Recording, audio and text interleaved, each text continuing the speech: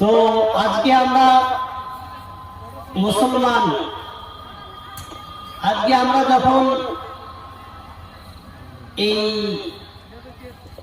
অন্য জাতি থেকে বা অন্য ধর্ম থেকে ইসলাম গ্রহণ করি, তখন আমরা এই কলেমাটা পড়ি, আশহাদু আল্লা ইলাহা ইল্লাল্লাহ ওয়া আশহাদু আন্না মুহাম্মাদান আবদুহু ওয়া রাসূলুহু।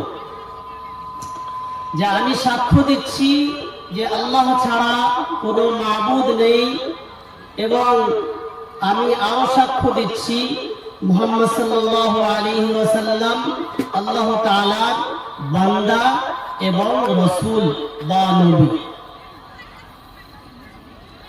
তো আজকে শিরক এবং বিদআত, দেখুন শিরক হচ্ছে, শিরক করলে কি ক্ষতি? শিরক করলে আমরা যে এই কলেমাটা পড়ি যে আশহাদু আল্লা ইলাহা ইল্লাল্লাহ, তো শিরক করা মাত্রই আমরা এই কলেমাটাকে অস্বীকার করা। শিরক করা মানে যে আমরা এই কলেমাকে মানি না। আর বিদআত, বিদআত হচ্ছে মুহাম্মাদুর রাসূলুল্লাহ ওয়া আশহাদু আন্না মুহাম্মাদান আবদুহু ওয়া রাসূলুহু। দ্বিতীয় কলমার যে বাক্যটা সেটা হচ্ছে ওয়া আশহাদু আন্না মুহাম্মাদান আবদুহু ওয়া রাসূলুহু। এবং বিদআত করলে এই নবীকে, অর্থাৎ এই কলেমার দ্বিতীয় বাক্যটাকে অস্বীকার করা, এটাই হচ্ছে মূল বিষয়। মানে শিরক এবং বিদআতের পার্থক্য। কলেমার মধ্যে যে আমরা দুটো বাক্য আছে, যে প্রথম বাক্যটা হচ্ছে যে আশহাদু আল্লা ইলাহা ইল্লাল্লাহ, আমি সাক্ষ্য দিচ্ছি আল্লাহ ছাড়া কোনো উপাস্য নাই। এটাই কলেমা, বা এটাই যারা মুসলমান হয়, বা আমরা যারা মুসলমান হয়েছি, বা আমরা বংশসূত্রে জন্মগত সূত্রে আমরা যারা মুসলমান, আমরাও এই কলেমাটাকেই বিশ্বাস করি। বা অন্য কোনো জাতি থেকে কেউ যদি ইসলাম গ্রহণ করে, তাকে এই কলেমাই পড়ানো হয় যে আশহাদু আল্লা ইলাহা ইল্লাল্লাহ, আমি সাক্ষ্য দিচ্ছি যে আল্লাহ ছাড়া কোনো মাবুদ নাই। এবার কোনো মানুষ যখন শিরক করবে, তো শিরক করার পরে এই কলেমাকে অস্বীকার করা। দ্বিতীয় বাক্য হচ্ছে ওয়া আশহাদু আন্না মুহাম্মাদান আবদুহু ওয়া রাসূলুহু, যে মুহাম্মদ সাল্লাল্লাহু আলাইহি ওয়াসাল্লাম আল্লাহ তাআলার মেসেঞ্জার, আল্লাহ তাআলার একজন নবী। আল্লাহ তাআলার পয়গামকে তিনি, আল্লাহ আমাদের কাছে আহকামকে আমাদের কাছে এনেছেন। এইটা দ্বিতীয় বাক্যর দ্বারাই নবীকে মানা হচ্ছে। আর বিদআত যারা করে, বিদআত করার অর্থ যে আমি নবী মুহাম্মদ সাল্লাল্লাহু আলাইহি ওয়াসাল্লামকে মানি না। একটা উদাহরণস্বরূপ, যে নবী মুহাম্মদ সাল্লাল্লাহু আলাইহি ওয়াসাল্লাম যেই কাজটা করেন, যেমন আমি একটা সাহাবাদের ঘটনা উদাহরণ দিচ্ছি। হযরত ইমাম মালিক রাহমাতুল্লাহ আলাইহি, তিনি মদিনার ইমাম। এমনকি ইমাম মালিক রাহমাতুল্লাহ আলাইহির ব্যাপারে শোনা গেছে, বইয়ের মধ্যে আছে, যে তিনি নবী সাল্লাল্লাহু আলাইহি ওয়াসাল্লামকে এত ভালোবাসতেন, এত প্রিয় নবীকে ভালোবাসতেন, যে যতদিন তিনি মক্কার মধ্যে, মদিনার মধ্যে যতদিন বেঁচে ছিলেন, বেঁচে থাকা অবস্থায় তিনি কোনোদিন মদিনার মধ্যে জুতো পরেননি। তিনি সারা জীবনটাই তিনি বিনা জুতোতে, আরবের যে মাটি, যে প্রখর মানে কাপড়, বালি আর রৌদ্র, তারপরেও তিনি কোনোদিন সেখানে জুতা পরেননি। তো ইমাম মালিক রহমতুল্লাহ আলাইহিকে একটা তাবেঈ জিজ্ঞেস করছেন যে হুজুর, আপনি তো এই মদিনার ইমাম, এমনকি আপনার মাযহাবকে ফলো করার অনেক ব্যক্তি আছে, মানুষ আছে যারা আপনার মাযহাবকে ফলো করে। তো আমার মন চাচ্ছে, আমার ইচ্ছা হচ্ছে যে আমি যেহেতু মানে মদিনাবাসীদের হজ করার সময় তারা এহরাম বাঁধে যুলহুলাইফাতে। বিভিন্ন এলাকার বিভিন্ন জায়গার হজের একটা আলাদা ভাগ আছে, সেখান থেকে তাদের এহরাম বাঁধানো হয়। তো আমি মদিনার কথাটা উল্লেখ করছি। তো মদিনাবাসীরা হজের জন্য এহরাম বাঁধে যুলহুলাইফার মধ্যে। তো ইমাম মালিক রহমতুল্লাহ আলাইহিকে সেই তাবেঈ বলছেন যে হুজুর, আমার মন চাচ্ছে যে আমি এই হজের এহরামটা এই যুলহুলাইফায় না বেঁধে আমি এই রাসূলুল্লাহ সাল্লাল্লাহু আলাইহি ওয়াসাল্লামের রওজা মুবারক শরীফ থেকে, আমি এই মদিনার মসজিদ থেকে, মসজিদে নববী থেকে আমি ইহরাম বাঁধতে চাই। তো হযরত ইমাম মালিক রাহমাতুল্লাহ আলাইহি বলছে, কি তুমি এত বড় বিদআতের মুরতাকিব হয়েছো? তুমি এত বড় একটা বড় পাপের কাছে যাচ্ছ? তো বিদআতের সংজ্ঞা হচ্ছে, বিদআত মানে করার উদ্দেশ্যই হচ্ছে নবী মুহাম্মদ সাল্লাল্লাহু আলাইহি ওয়াসাল্লাম যেই আদর্শ আমাদের কাছে এনেছেন, যেই আহকাম আমাদের কাছে এনেছেন, সেই আহকাম, সেই হুকুম আমাদের পছন্দ নয়। এটাই হচ্ছে বিদআত। মানে নবী সাল্লাল্লাহু আলাইহি ওয়াসাল্লামকে আমরা ডাইরেক্ট না বলে ইনডাইরেক্ট ভাবে বলা হচ্ছে যে আপনি যেই মত এনেছেন, আপনার যে পথ, আপনার যে মত, সেটা আমাকে ভালো লাগে না বা সেটা আমি মানতে রাজি নয়। বিদআত মানা মানে বিদআত মেনে চলা বা বিদআত করার অর্থ এটাই বোঝায়। তাহলে শিরিক করার অর্থ হচ্ছে যে আমাদের কলেমা, এই কলেমার প্রথম বাক্যটা আশহাদু আল্লা ইলাহা ইল্লাল্লাহ, এটাকে আমি মানি না। আর বিদআতের অর্থ হচ্ছে যে আশহাদু আন্না মুহাম্মাদান আবদুহু ওয়া রাসূলুহু, এই নবীকে অস্বীকার করা। মানে নবী সাল্লাল্লাহু আলাইহি ওয়াসাল্লামের আদর্শকে আমি মানি না। বা এক কথায় এটা বলা যেতে পারে যে নবী মুহাম্মদ সাল্লাল্লাহু আলাইহি ওয়াসাল্লাম যেই কাজটা করেছে সেই কাজটা আমার পছন্দ নয়, এই কাজটা আমার জন্য পছন্দ। এটাই বোঝাচ্ছে, এটাই হচ্ছে বিদআত। এবার আমরা আসি যে বিদআত সম্পর্কে এবং শিরক সম্পর্কে উলামাগণ কোরআন হাদিস সম্পর্কে কি বলছেন। দেখুন, শিরক আমরা জানি আল্লাহ তাবারক ওয়া তাআলা, মানুষ আমরা জানি কুল্লু বানি আদম খাত্তাউন ওয়া খায়রুল খাত্তাইন আত-তাওয়াবুন। মানুষ মাত্রায় ভুল।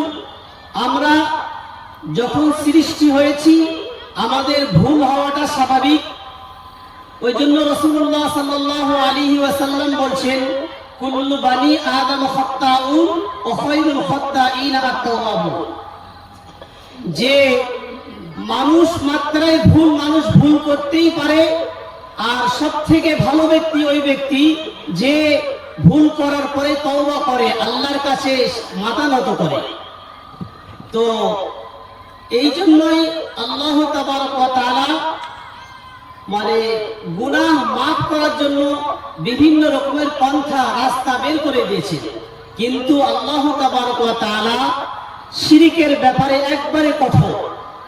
আল্লাহ তাবারক ওয়া তাআলা বলছেন, ইন্নাল্লাহা লা ইয়াগফিরু আন ইউশরাকা বিহি ওয়া ইয়াগফিরু মা দুনা যালিকা লিমান ইয়াশা। আল্লাহ তাবারক ওয়া তাআলা বলছেন যে আমি শিরকের গুনাহ মাফ করব না। ইন্নাল্লাহা লা ইয়াগফিরু আন ইউশরাকা বিহি, মুশরিকদেরকে ক্ষমা করা হবে না, তাদের মাফ দেওয়া হবে না, তাদের ক্ষমা করা হবে না। ইন্নাল্লাহা লা ইয়াগফিরু আন ইউশরাকা বিহি ওয়া ইয়াগফিরু মা দুনা যালিকা লিমান ইয়াশা। আল্লাহ তাবারক ওয়া তাআলা চাইলে একটা পাপীকে, একটা মাতালকে, একটা জেনাখোরকে, একটা চোরকে আল্লাহ তাবারক ওয়া তাআলা ক্ষমা করে দিতে পারেন। কিন্তু আল্লাহ তাবারক ওয়া তাআলা একজন মুশরিককে ক্ষমা করবেন না। তেমনি ভাবে আমরা জানি যে আমাদের পূর্ব নবীদের মধ্যে অনেক নবীগণ চলে গেছেন, তার মধ্যে একজন বিশিষ্ট নবী। অনেকের আবার এতে মতভেদ আছে যে লোকমান আলাইহিস সালাতু ওয়াস সালাম নবী অথবা কোনো বড় আল্লাহওয়ালা ছিলেন। যাই হোক, আমি ওইদিকে যাচ্ছি না। লোকমান আলাইহিস সালাতু ওয়াস সালাম সূরা লোকমানের মধ্যে বলছেন যে ইয়া বুনাইয়া লা তুশরিক বিল্লাহ। নিজের ছেলেকে বলছেন। আমরা জানি পৃথিবীর মধ্যে মানুষের সর্বশ্রেষ্ঠ হচ্ছে সন্তান। আজকে আমরা যা কিছু করতেছি, হালাল পন্থায় করি, হারাম পন্থায় করি, রাত জেগে করি, আর আমরা পরিশ্রম করে করি, আমরা যা কিছু উপার্জন করি, আমাদের মূল বিষয়বস্তু হচ্ছে আমরা সন্তানদের জন্য যোগাবার জন্য। তো লোকমান আলাইহিস সালাতু ওয়াস সালাম, আল্লাহ তাবারক ওয়া তাআলা সূরা লোকমানের মধ্যে লোকমান আলাইহিস সালাতু ওয়াস সালামের ঘটনাকে তুলে ধরেছেন। লোকমান আলাইহিস সালাতু ওয়াস সালাম নিজের ছেলেকে বলছেন ইয়া বুনাইয়া লা তুশরিক বিল্লাহ। এই বৎস, এই ছেলে, তুমি শিরক করো না। ইন্নাশ শিরকা লাযুলমুন আযীম। শিরক হচ্ছে পৃথিবীর মধ্যে যত গুনাহ আছে সবথেকে হচ্ছে বড় শিরক। এবার শিরক সম্পর্কে তো আমরা শুনলাম, শিরক করলে বিভিন্ন রকমের ক্ষতি আছে, ক্ষমা করবেন আল্লাহ তাআলা, জাহান্নামে যেতে হবে। কিন্তু শিরক কি? এইভাবে শিরকের অনেক ভাগ আছে, বিস্তারিত ভাবে বলতে গেলে অনেক সময় লাগবে। আমি মোটা কয়েকটা শিরকের ব্যাখ্যা করছি। যেমন শিরক বলা হয় শিরক বিজাত। শিরকের একটা ভাগ হচ্ছে, স্তর হচ্ছে আল্লাহর সঙ্গে শরীক করা। কেমন? যেমন আমরা আল্লাহকে আল্লাহ বলে মানি, আল্লাহ, এই আল্লাহকে আরো অন্য আল্লাহ হিসেবে মানা। যেমন খ্রিস্টানেরা, ঈসাইরা, তারা আল্লাহকে তো অবশ্যই মানে, কিন্তু ওরা তিনটে আল্লাহকে মানে। ইন্নাল্লাহা সালিসু সালাসা। তারা তিনজন আল্লাহকে, খোদাকে মানে। তারা আল্লাহকে আল্লাহ হিসেবেই মানে, এবং তারা হযরত মারিয়াম আলাইহিস সালামকে আল্লাহর স্ত্রী হিসেবে মানে, এবং হযরত ঈসা আলাইহিস সালাতু ওয়াস সালামকে আল্লাহর বেটা হিসেবে মানে, পুত্র হিসেবে মানে। তো এটা হচ্ছে শিরক বিজাত, আল্লাহর সঙ্গে কাউকে শরীক করা। যেমন যারা অগ্নি পূজারী, তারা দুটো খোদাকে মানে। তো এটা হচ্ছে শিরক বিজাত, আল্লাহর সঙ্গে কাউকে শরীক করা। এবার হচ্ছে শিরক বিসিফাত, আল্লাহর যে সমস্ত গুণাবলী আছে সেই সমস্তর উপরে শিরক করা। যেমন দু একটা উদাহরণ দিচ্ছি। যেমন শিরক বিল কুদরা, শক্তি। তো সব ধরনের শক্তি, আজকে আমাদের শক্তি আছে, আমাদের কতটা শক্তি আছে? আমরা চলাফেরার মাধ্যমে, বলার মাধ্যমে, এগুলো আমাদের বাক শক্তি। বলার মাধ্যমে বাক শক্তি কতটা আছে?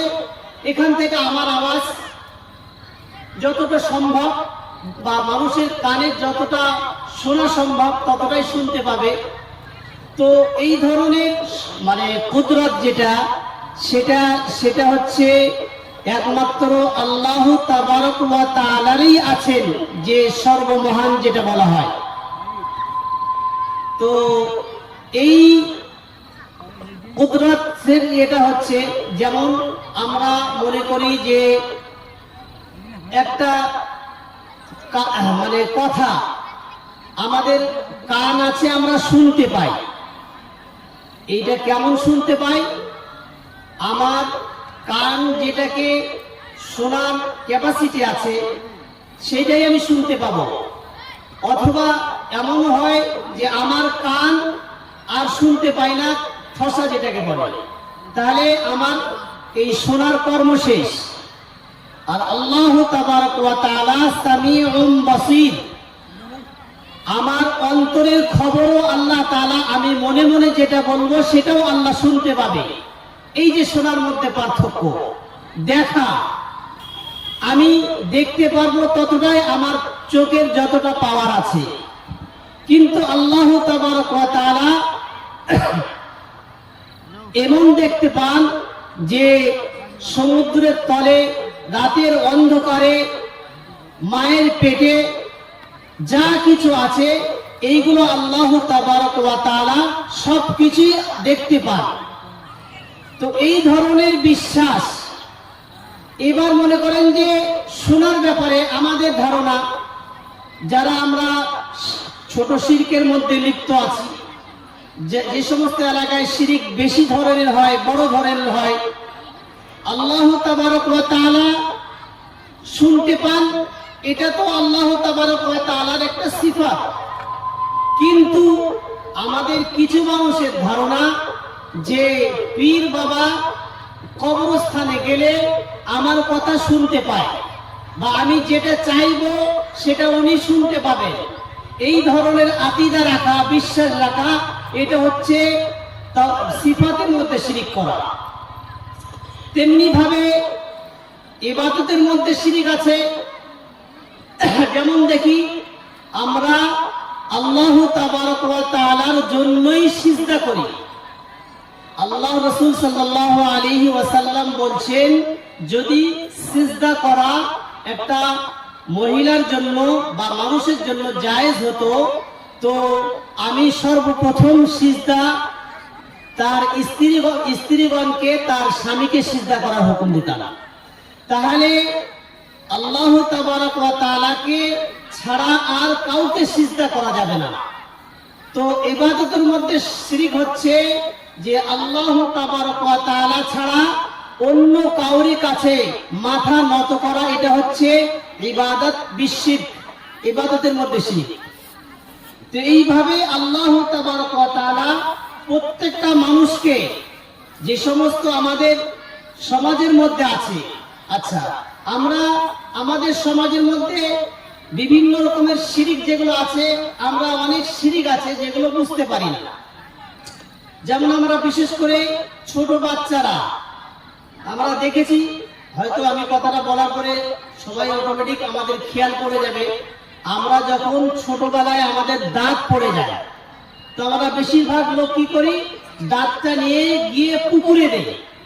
পুকুরে দেওয়ার পরে কেউ বালা মাছকে বলি, কেউ আবার শোল মাছকে বলি, কেউ আবার পুঁটি মাছকে বলি। যেমন আমি আমার কথা বলছি, ছোটবেলায় আমাদের এরকম হতো, ওই আমাদের বড়রা শিখাতো যে অমুক মাছের কাছে দাঁত কাঁচা, অমুক মাছের কাছে দাঁত কাঁচা। তো যার যেই মাছের দাঁত পছন্দ সেই হিসেবে চেয়ে নিত যে তুমি আমার দাঁত তুমি নাও, আর তোমার দাঁত আমাকে দিয়ে দাও। তো এই ধরনের শিরিক আমাদের সমাজের মধ্যে সচরাচর ভাবে আছে।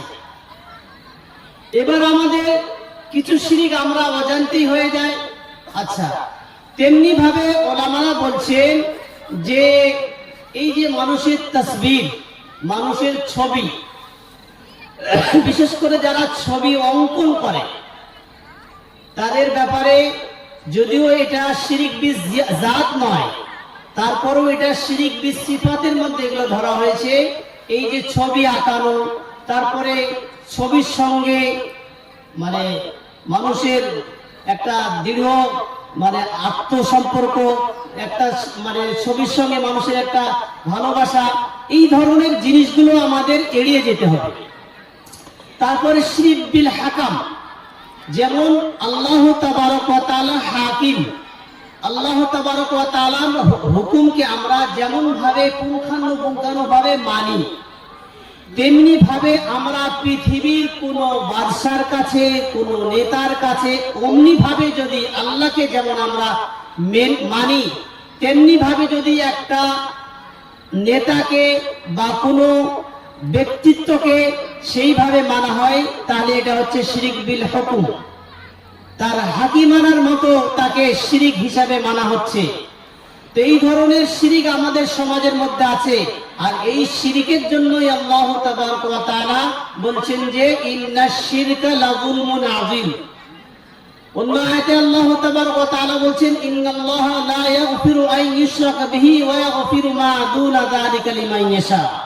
আল্লাহ তাবারক ওয়া তাআলা শিরিকের গুনাহ ছাড়া সমস্ত গুনাহকে আল্লাহ তাবারক ওয়া তাআলা ইচ্ছা করলে মাফ করতে পারে, কিন্তু আল্লাহ তাবারক ওয়া তাআলা মুশরিককে ক্ষমা করবেন না। তেমনি ভাবে আমরা দেখি বিদআত। আমাদের সমাজের মধ্যে বিদআতকে আমরা এমন ভাবে করে নিয়েছি। আচ্ছা, বিদআত মানে আমি তো এর আগে বললাম, আজকে আমরা বিদআতটাকে মানুষ কিভাবে আমরা উড়িয়ে দেই বা বিদআতটা আমরা কিভাবে সেটাকে নিয়ে আসি আমাদের সমাজের মধ্যে। একটা ভালো কাজ কেউ যদি আমরা বাধা দেই, সামান্য জিনিস ভালো কাজের জন্যই করছি তো এই যে নিজের মন মতো নিজের মতবাদ দিয়ে যুক্তি খাড়া করে নবী সাল্লাল্লাহু আলাইহি ওয়াসাল্লামকে ছোট করাকে, এটাই হচ্ছে বিদআত। রাসূলুল্লাহ সাল্লাল্লাহু আলাইহি ওয়াসাল্লাম কিয়ামতের দিনে কিছু মানুষকে, এই উম্মতদেরকে আল্লাহ তাআলা, রাসূলুল্লাহ সাল্লাল্লাহু আলাইহি ওয়াসাল্লাম কিয়ামতের দিনে হাউজে কাউসারের পানি পান করাবেন এবং দলে দলে আমরা উম্মতরা সেখানে উপস্থিত হব, যাব, এবং হঠাৎ করে সেখানে গিয়ে যাওয়ার মাঝখানে ফেরেশতারা সেখানে গিয়ে একটা পর্দা দিয়ে দিবেন। রাসূলুল্লাহ সাল্লাল্লাহু আলাইহি ওয়াসাল্লাম ফেরেশতাদের জিজ্ঞেস করবেন যে আপনারা পর্দা কেন ঢালিয়ে দিলেন, পর্দা কেন দিলেন? বলছে এরা তো আমার উম্মত, আমি তাদের নামাজের সে সমস্ত জায়গাগুলো কিয়ামতের দিনে চমকাবে, নূর হবে, জ্যোতি হবে। যেমন সিজদার জায়গা, যে সমস্ত অঙ্গ প্রত্যঙ্গগুলো নামাজের মাটিতে ব্যবহার হয়, হাঁটু, কপাল, তো এই সমস্ত জিনিসগুলো সেই দিন ঝলমল করাতে রাসূলুল্লাহ সাল্লাল্লাহু আলাইহি ওয়াসাল্লাম চিনতে পারবেন যে আমার উম্মত। তো ফেরেশতাদের বাধা দেওয়ার, পর্দা দেওয়ার পরে রাসূলুল্লাহ সাল্লাল্লাহু আলাইহি ওয়াসাল্লাম জিজ্ঞেস করবেন যে কেন আপনারা এই সমস্ত মানুষদেরকে পর্দা করছেন? তো রাসূলুল্লাহ সাল্লাল্লাহু আলাইহি ওয়াসাল্লাম তখন ফেরেশতারা তখন বলবেন, আপনি জানেন এরা আপনার কোন উম্মত, আপনি আসার পরে আপনার দ্বীনের মধ্যে এরা নতুন করে আবিষ্কার করত। আল্লাহ রাসূল সাল্লাল্লাহু আলাইহি ওয়াসাল্লাম আয়েশা রাদিয়াল্লাহু তাআলা আনহা বলছেন যে মান আহদাসা ফি আমরিনা হাযা ফাহুয়া মা লাইসা ফিহি ফাহুয়া রাদ। হযরত আয়েশা রাদিয়াল্লাহু তাআলা আনহা বলছেন যে সমস্ত ব্যক্তিরা যারা দ্বীনের মধ্যে যে সমস্ত কথা রাসূলুল্লাহ সাল্লাল্লাহু আলাইহি ওয়াসাল্লাম বলেনি বা যে সমস্ত কথা আমাদের দ্বীনের মধ্যে নাই, সেগুলোকে বর্জন করতে হবে। রাসূলুল্লাহ সাল্লাল্লাহু আলাইহি ওয়াসাল্লাম বলছেন ইয়াকুম মুহদাসাতুল উমুর, যে তোমরা নিত্য নতুন কাজ থেকে, এক কথায় শরীয়তের বিভিন্ন রকমের আমাদের মনে যে সমস্ত জিনিসগুলো ভালো কাজ মনে হবে সেগুলো আমাদের ধর্ম নয়। অনেক জিনিস আছে যেগুলো আমার মনে হয় ভালো, কিন্তু আমাকে দেখতে হবে এই ভালোটা আমার রাসূলুল্লাহ সাল্লাল্লাহু আলাইহি ওয়াসাল্লাম করেছেন কিনা, আমার আল্লাহর হুকুম আছে কিনা, তারপরে আমি দেখব যে সেটা ভালো কিনা।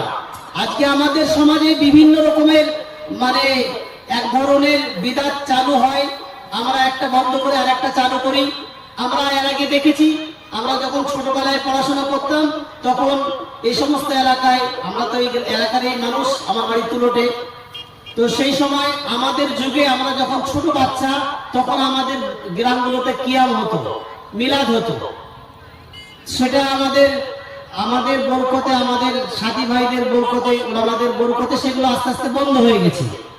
তারপরে আমরা কিছুদিন পরে দেখলাম যে খানা ব্যাপকভাবে চলছিল। আপনারাও দেখেছেন, যারা বয়োজ্যেষ্ঠ তারা তো খুব ভালোই দেখেছেন। কিন্তু এই খানা কি আমাদের টোটালে বন্ধ হয়েছে? হয়নি। বলে না যে চোর চুরি করার পরে যাওয়ার পরে কিছু না কিছু তার চিহ্ন রেখে যায়। তো আমরা যেহেতু আগের থেকে আমাদের 14 পুরুষরা আমরা মুশরিক ছিলাম, রাগ করবেন না, আমাদের পূর্বপুরুষের পূর্ববর্তীরা, আমরা তো এক সময় আমাদের ভারতবর্ষ হিন্দু দেশ ছিল। আজকে খাজা মাইনুদ্দিন চিশতি রহমাতুল্লাহ আলাইহি আসার পরে আমাদের ভারতবর্ষে মুসলমানদের আবির্ভাব হয়েছে, মুসলমান হয়েছে অন্যান্য জাতি থেকে। তো সেই সমস্ত শিরকের বাচ্চা আমরা। তো তো আমরা শিরিক করে করে আমাদের সেই সমস্ত শিরিকগুলো বেদাতগুলো কিছু না কিছু আছে। আজকে এই খানাটা অ্যাকচুয়ালি খানাটা যদি আমরা দেখি, এই খানাটা আমাদের অন্য জাতি অন্য ধর্মের এটা একটা কৃষ্টি কালচার, যেটা চাঁদ্দু বলে তারা। সেই চাঁদ্দু থেকে আমাদের এই খানা চালু হয়েছে। এই খানার পরে আমাদের আমাদের কিছু যারা ইসলামিক পিপাসু তাদের কিছু মেহনতে বড় খানাটা বন্ধ হয়েছে, কিন্তু ছোট খানাটা কি বন্ধ হয়েছে? এটা কোথায় পেল? এই ছোট খানাটা যে আমরা করি, এই যে কিছু তালেবে ইলমকে ডেকে কিছু মুসল্লিকে ডেকে, এই খানাটা কোথায় আছে বলুন? আপনারা বলেন। আমি এখানে বলে যাচ্ছি, আপনাদের এলাকায় আল্লাহর রহমতে এখন অনেক মুফতি হয়েছে। এক সময় মুফতিদের জন্য মৌলানা উসমান গনি সাহেবের কাছেই যেতে হতো, বাকি আদার্স কোনো মুফতি ছিলেন না। তারপরে আমাদের খোড়াপাড়া মুফতি সাহেব, মুফতি মফিজউদ্দিন সাহেব হয়েছিলেন। এখন বর্তমানে সব জায়গায় মানে এদিক ওদিক গ্রামে না পেলেও আপনারা প্রত্যেকটা মাদ্রাসায় কম বেশি পেয়ে যাবেন। আপনারা যদি বিচক্ষণ ব্যক্তি অবশ্যই আপনারা এইটা কমসে কম ওলামাদেরকে মুফতিদেরকে জিজ্ঞেস করবেন যে বড় খানা বন্ধ হয়েছে, ছোট খানা কোথা থেকে চালু হলো? এটা কি অপচয় নয়? তারপরে আমি জলসার পিছনে আসতেছি, কারণ জলসার পিছনে আমার দু একটা কথা আছে। তো ছোটখানা চলছে এখনো পর্যন্ত। এই ছোটখানা রাসূলুল্লাহ সাল্লাল্লাহু আলাইহি ওয়াসাল্লামের পরিষ্কার হাদিস, মুত্তাফাকুন আলাইহি হাদিস, মিশকাতের হাদিস। রাসূলুল্লাহ সাল্লাল্লাহু আলাইহি ওয়াসাল্লাম বলছেন, ইযা মাতাল ইনসানু ইনকাতাআ আনহু আমালুহু। মানুষ মরে যাওয়ার পরে মানুষের সমস্ত আমল বন্ধ হয়ে যায়। ইনকাতাআ মানে বন্ধ করে দেওয়া হয়, কেটে দেওয়া হয়। আমালু তার আমল, তার সমস্ত যত মানুষ জান্নাতে যাওয়ার, মানুষ আখিরাতে পার হওয়ার, পুলসিরাত পার হওয়ার যে সমস্ত আমলগুলো আছে, তো সেই সমস্ত আমলগুলো একটা মানুষ মরার পরে সব বন্ধ হয়ে যায়। রাসূলুল্লাহ সাল্লাল্লাহু আলাইহি ওয়াসাল্লাম তিনটে অপশন বাকি রেখেছেন। ইল্লা মিন সালাসা, সাদকায়ে জারিয়া, ইল্লা মিন সাদাকাতিন জারিয়াতিন, সাদকায়ে জারিয়া। মাওলানা সাহেব আছেন আশপাশে, প্রায় এখন প্রত্যেকটা গ্রামে মাওলানা পেয়ে যাবেন। সাদকায়ে জারিয়ার মধ্যে সবথেকে উন্নত মানের সাদকায়ে জারিয়া হচ্ছে মাদ্রাসা, মসজিদ। এটা হচ্ছে সবথেকে মানে উঁচু পর্যায়ে, সবথেকে শ্রেষ্ঠ সাদকায়ে জারিয়ার কথা বললাম।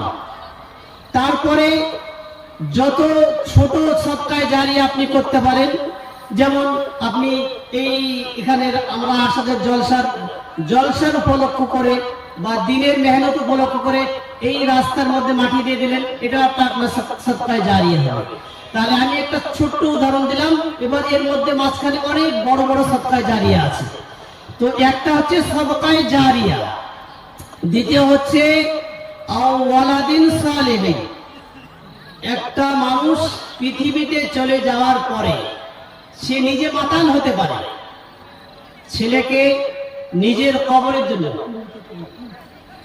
ছেলেকে নিজের আখিরাতের ভালোর জন্য, নিজের পরকালকে ভালো রাখার জন্য। সে জানে, সে হাদিস শুনেছে যে আমি যদি নেক সন্তান দুনিয়াতে রেখে যাই তাহলে আমার জন্য কবরে নাজাত হবে। তো সেই জন্য যদি কোনো ব্যক্তি যদি তার সন্তানকে ইলমে দ্বীন শিক্ষা দেন এবং সেই ইলমে দ্বীন শিখিয়ে যদি তার বাবার জন্য দোয়া করে, আল্লাহ রাসূল সাল্লাল্লাহু আলাইহি ওয়াসাল্লাম তিনার জন্য গ্যারান্টি দিচ্ছেন যে তার জন্য আল্লাহ তাবারক ওয়া তাআলা তাকে ক্ষমা করে দিবেন। রাসূলুল্লাহ সাল্লাল্লাহু আলাইহি ওয়াসাল্লাম বলছেন তিন ব্যক্তির মানে তিনটে কাজ, একটা হচ্ছে সাদকায়ে জারিয়া, দ্বিতীয় হচ্ছে ওয়ালাদিন সালিহিন, যদি কোনো ভালো ছেলে রেখে যায়, দিনদার ছেলে, ধার্মিক ছেলে, সে নেককার, সে নামাজি, সে পরহেজগার, সে সুদ খায় না, সে ঘুষ খায় না, সেরকম সন্তান যদি সে রেখে যায় তো তার জন্য দোয়া কবুল হবে এবং আল্লাহ তাআলা তার কবরের যদি কোনো আযাব হয়, তার যদি কোনো রকমের সওয়াল জবাবে কষ্ট হয়, ছেলে যদি দোয়া করে তো ইনশাআল্লাহ তার দোয়াতে সে সেদিন পার হয়ে যাবে। নাম্বার 3 নম্বর হচ্ছে আও ইলমিন বিহি, অথবা যদি কোনো ইলম তার মাধ্যমে প্রচার প্রসার হয়, বিভিন্ন রকমের বইয়ের মাধ্যমে, ছাত্র পড়ার মাধ্যমে, জলসার মাধ্যমে, এক কথায় তার কোনো আমলে, তার কোনো কাজের দ্বারাই মানুষ উপকৃত হয়েছে ইলমে দ্বীনের সম্পর্কে, তো সেই ব্যক্তির ইলমে সাদকায়ে জারিয়া হিসেবে তার ইলম সেদিন কাজ করবে। এটা হচ্ছে একটা মানুষ মরে যাওয়ার পরে তার ডিটেইলস। ছেলে নিয়ে আসো, কোরআন খতম করো, কিছু মৌলবীকে ডাকো, কিছু মাদ্রাসার ছাত্রকে ডাকো, কোথায় পেয়েছেন আপনারা? এক সময় এগুলো বলতে আমাদের ভয় লাগতো, কে কি বলে, কিন্তু এখন আল্লাহর রহমতে আলেম ওলামা অনেক হয়েছে, মুফতিও হয়েছে অনেক, এগুলো বলতে আমাদের আর ভয় নাই।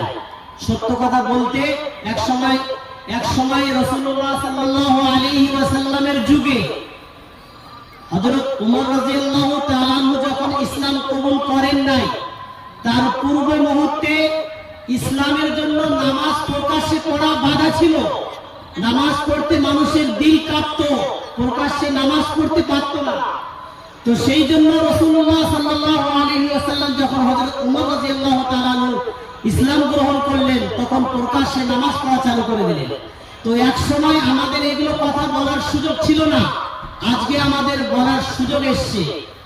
আমি একটা দৃষ্টান্ত দিলাম, এই ছোট মিলাদের বড় খানা বন্ধ করে দিই, তারপরে আমরা বলছি না, আমরা শিরিক বিদাতে আমরা ভুক্তভোগী, আমাদের ওই লেজ কাটার মতো আমাদের কিছু না কিছু থেকেই যাবে। বড় খানা বন্ধ করেছি, এবার মারা গেলে লোক আর একটা নতুন খানা চালু করেছে, যেটা 10 বছর আগে ছিল না। আমি তার চাক্ষুষ প্রমাণ, 2014 সালের আগে পর্যন্ত টুকিটাকি হতো, সেটা তপন থানার মধ্যে হতো। তাও বলছি আমি 2014-13 সালের আগে মানুষ মারা গেলে খানা যেটা আমাদের হচ্ছে বর্তমানে, এটা কুমারগঞ্জ থানায় আগে হতো না।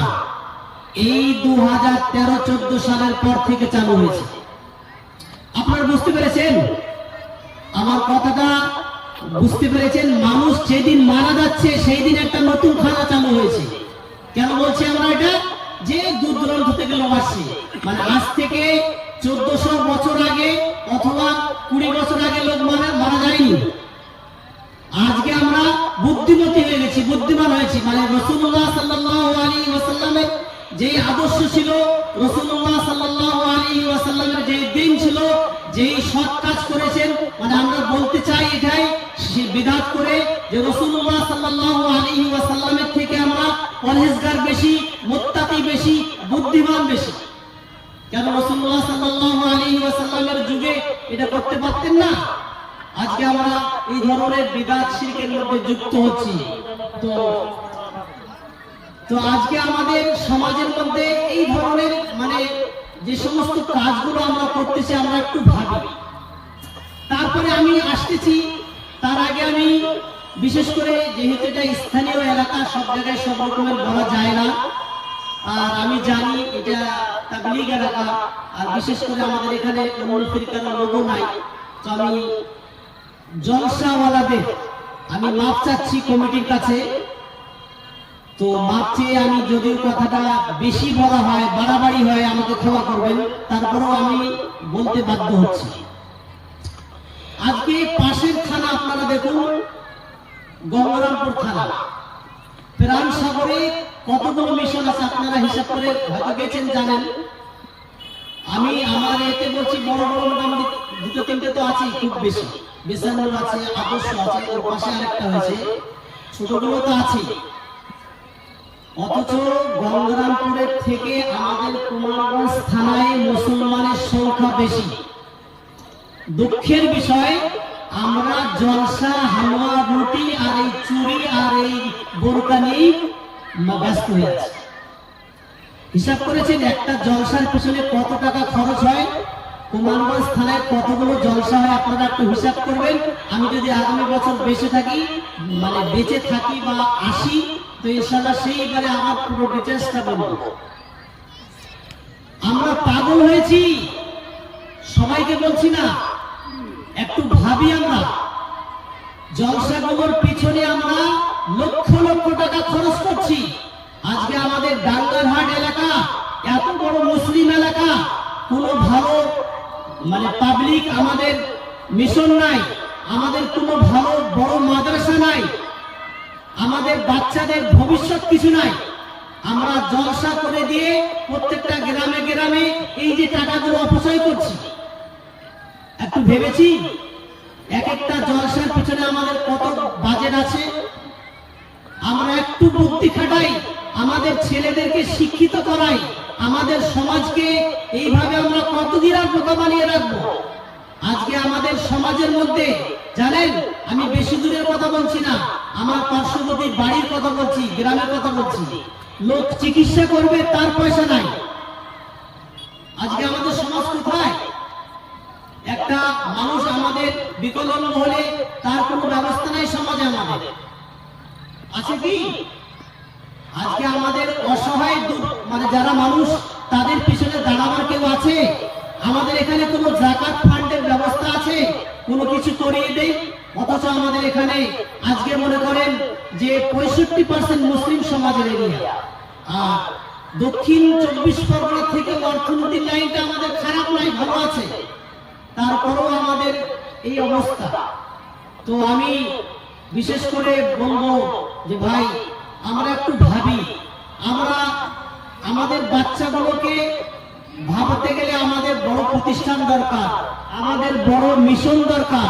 আমাদের বাচ্চাগুলোকে আমরা বেশিরভাগ এলাকায় আপনারা দেখুন, এই যে আমাদের বাসন্তী থেকে নবগ্রাম থেকে একদম এই তুলোর এলাকায় সব মাতালে পরিণত হয়ে যাচ্ছে। বাচ্চাগুলোকে আমরা করতেছি কি? ছোট ছোট বাচ্চা, 18 বছর 20 বছর বয়স হয়নি, এখন থেকে মাতাল হয়েছে, এখন থেকে কেউ বিয়ে করতেছে। আজকে আমাদের সমাজকে বাঁচাতে গেলে আমাদের ভাবতে হবে। তাই আমি বিশেষ করে সবাইকে বলবো, ভাই, আমরা এই দিনের ফিকিরের সাথে সাথে আমাদের সমাজ যাতে উন্নত হয় সেদিকে আমরা খেয়াল করে ইনশাআল্লাহ আগামী দিনে চলার চেষ্টা করব। আল্লাহ তাআলা আমাদের সকলকে প্রত্যেককে কোরআন ও হাদিসের উপর আমল করার তৌফিক দান করুন। ওয়া আখিরু দাওয়ানা আলহামদুলিল্লাহি রাব্বিল আলামিন। আসসালামু আলাইকুম ওয়া রাহমাতুল্লাহ।